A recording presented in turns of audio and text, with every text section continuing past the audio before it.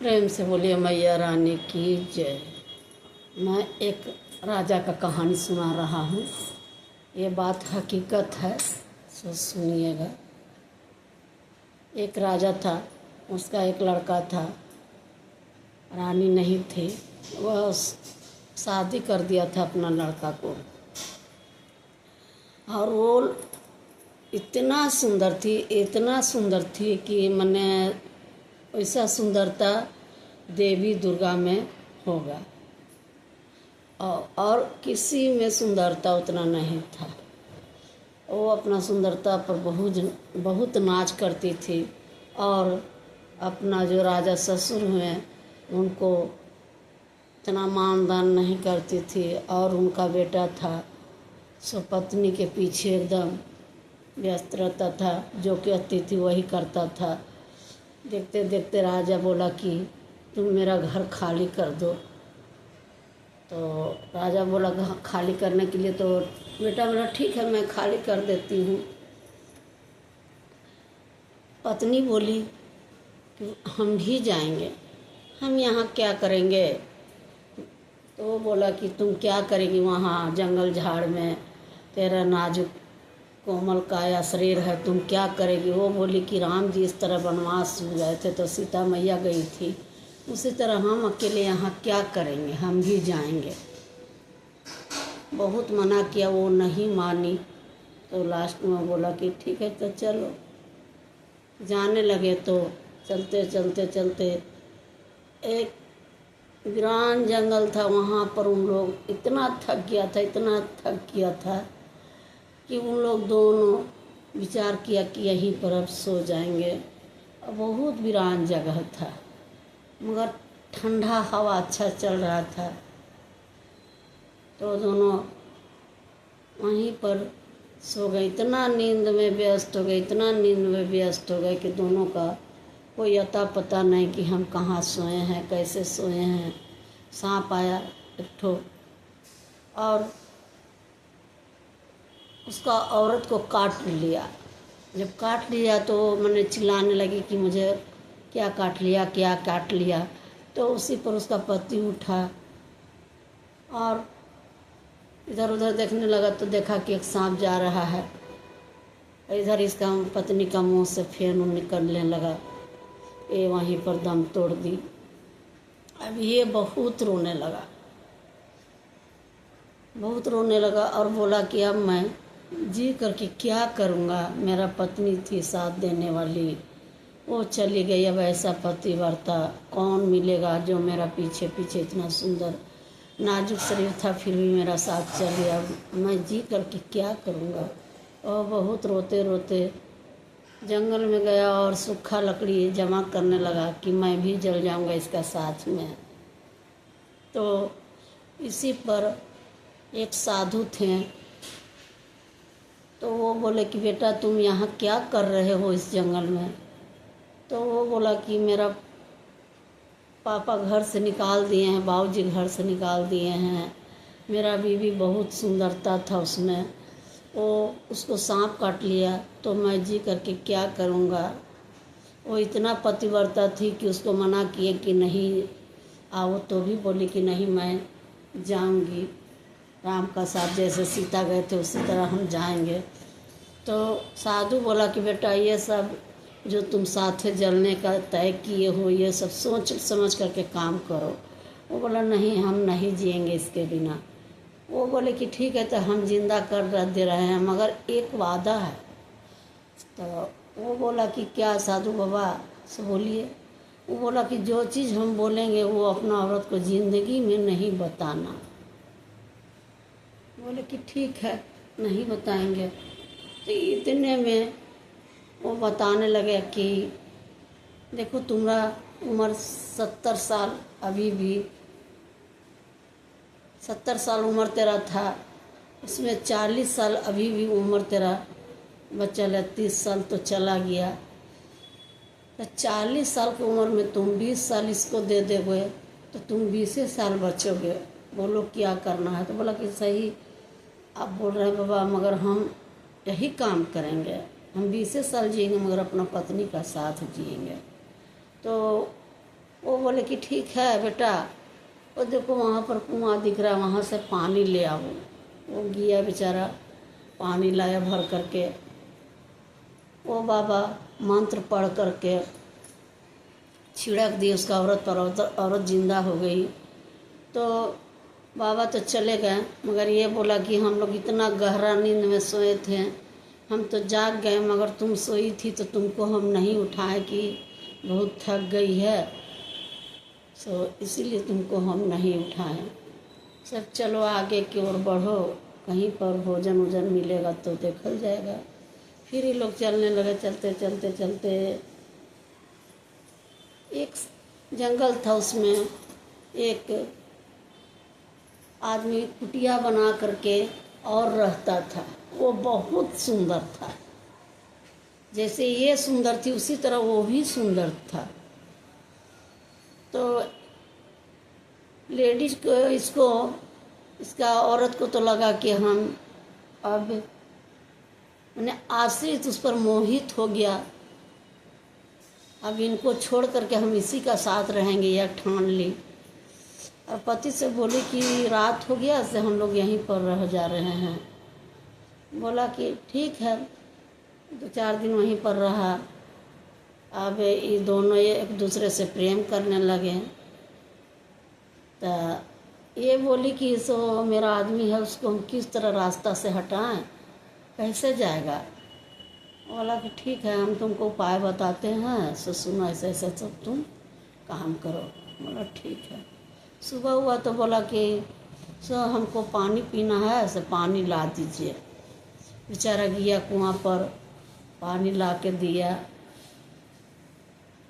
तो ये बोला कि मैं भी जा रहा हूँ, तुमको पानी पहुँचाने के लिए आए हैं। इतना उसको मानता था, मैं भी जा रहा हूँ, सब पानी पीने जा रहा हूँ। तो ये बोली कि मैं भी पीछे से जाऊँगा। बेचारा बोला चलो। तिरिया चली तराज तक, न कोई जाना है न कोई जानेगा। ये बात ज़रूर याद रखिएगा कि तिरिया चली तर बहुत खराब होता है। दुनिया में सबसे खराब कौन है, तो औरत है। क्योंकि देखिए द्रौपदी ही लड़ाई लगाई थी, न तो महायुद्ध नहीं होता। द्रौपदी ही बोली कि अंधा का बेटा आंधा है, इसी पर महायुद्ध शुरू हो गया था। तो इसी तरह ये भी कि पतिव्रता दिखा करके और ना दूसरा रचयिता रचने लगी। बेचारा गया साथे पानी भरने के लिए, जैसी नहीं हो रहा इधर से ये ढकेल दी। तो उसका बाद तो बेचारा ढकेल दी कुआं में, बेचारा तो डूब गया। अब इधर ही क्या की, उसका साथ रंगरेलिया मनाने लगी, रहने लगी अच्छा से। और वो बहुत नाच गान जानता था। वो आदमी जो बंजारा था, जो झोपड़ी बना कर रह रहा था, वो बंजारा बहुत जानता था नाच गान। धीरे धीरे इसको सिखा दिया। ये पूरा फेमस हो गई। राजा घर जहाँ बुलाता था वहाँ जाती थी, पूरा नाम होता था। तो इसी तरह एक दिन क्या हुआ कि इधर तो ये नाच गान शुरू कर करके बहुत बड़ा आदमी बनने लगी बंजारा का साथ। और उधर की कहानी अब सुनिए। ये जो ढकेल दी थी अपना पति को, तो वो एक सिक्कड़ कुआं में लटका था, उसी के सहारे वो जिंदा था। तो इधर से बंजारा सब गए थे पानी पीने के लिए। तो बोले भैया मुझको निकाल दो। तो उन लोग बोले कि इसे तुमको कौन क्या किया, ऐसे किया। बोले पहले निकाल तो दीजिए। निकाल दिए। तो वो पूछने लगा, तो बोला कि मेरा पति ने बहुत सुंदर थी, मेरा बाप मुझे निकाल दिया घर से। वो भी बोली कि मैं भी जाऊंगी।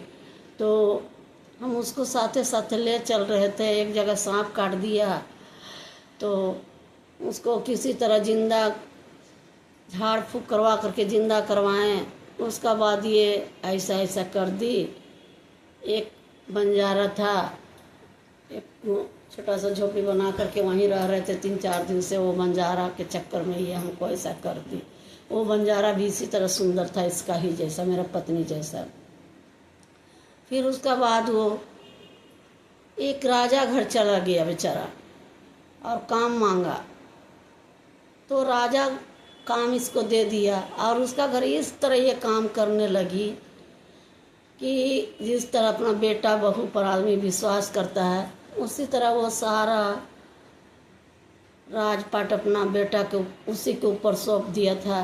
कहीं भी जाता था तो वही देखता था उसका राजपाट राजा का। तो उसका घर एक दिन वही बस्ती में एक गाने वाली आ रही थी। तो ये बोला राजा से कि मैं भी जाऊंगा। तो बस्ती में गान बजाने वाली औरत आ रही, हम भी जाएंगे।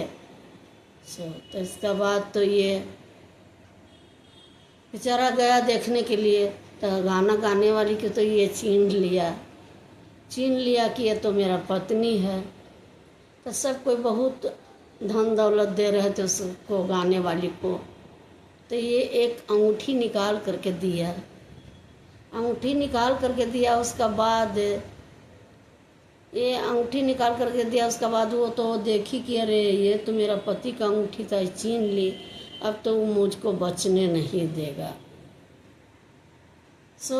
अब दिमाग में एक चीज वो पूरा इस तरह रचने खोजी कि इसको सब मिलकर के मार दे। तो पत्नी का तो ज़्यादा आरोप रहता है अपना बदन पर लगाने के लिए। तो उतरी भीड़ से निकली और वही उसी जा करके वही मर्द को पकड़ लिया। अपना मर्द को पकड़ करके और कुछ बोलने लगी। राजा सब भीड़ हो गया, सारा आदमी लोग बोले क्या किया क्या किया। तो बोला कि देखिए मुझे ये छेड़ रहा था। सब बोले कि इसको राजा पास ले चलो। तो राजा पास ले गए। तो वो बोले कि क्या क्या बात हो, कैसे ये तुमको छेड़ने लगा, बताओ तुम कहाँ जा रही थी। तो बोला कि नहीं, मुझसे मेरा सुंदरता के ऊपर ये छेड़ने लगा, हम जा रहे थे। तो राजा बोला कि ठीक है, सो तुम बोलो। ये बोला कि राजा साहब और कोई बात नहीं है, सो ये मेरा पत्नी है और ये हमको कुआं में ढकेल दिया था। सारा कहानी बेचारा राजा को बताया। और एक साधु सांप काट लिया था, एक साधु इसको मेरा उम्र दिए तो ये जिंदा हो गई और बोले थे कि किसी को ये बात नहीं बताना। तो अभी तक मैं नहीं बताया हूँ। तो राजा बोला कि यदि सच है तो तुम वो काम करो, देखते हैं। तो भी क्या किया कि पानी लाया लोटा में और मंत्र जो साधु बोला था वो मंत्र पढ़ करके बोला कि मेरा 20 साल वापस कर दो। इतना किया, पानी छिड़का तो वो लेडीज वहीं पड़ी मर गई, उसका पत्नी। फिर वहाँ पर हल्ला होने लगा कि कहावत सच है कि पत्नी बहुत घृणता होती है। एक पत्नी ऐसा होती है कि सती सावित्री होती है और दूसरी एक पत्नी ऐसा होती है कि वो पति को मार करके ही सती हो जाती है और बोलती है कि क्या हुआ। इसी तरह वो कर रही थी, कुआं में ढकेल दी थी, सोची कि ये तो मर गया है। तो इस कहानी से सुनने से यही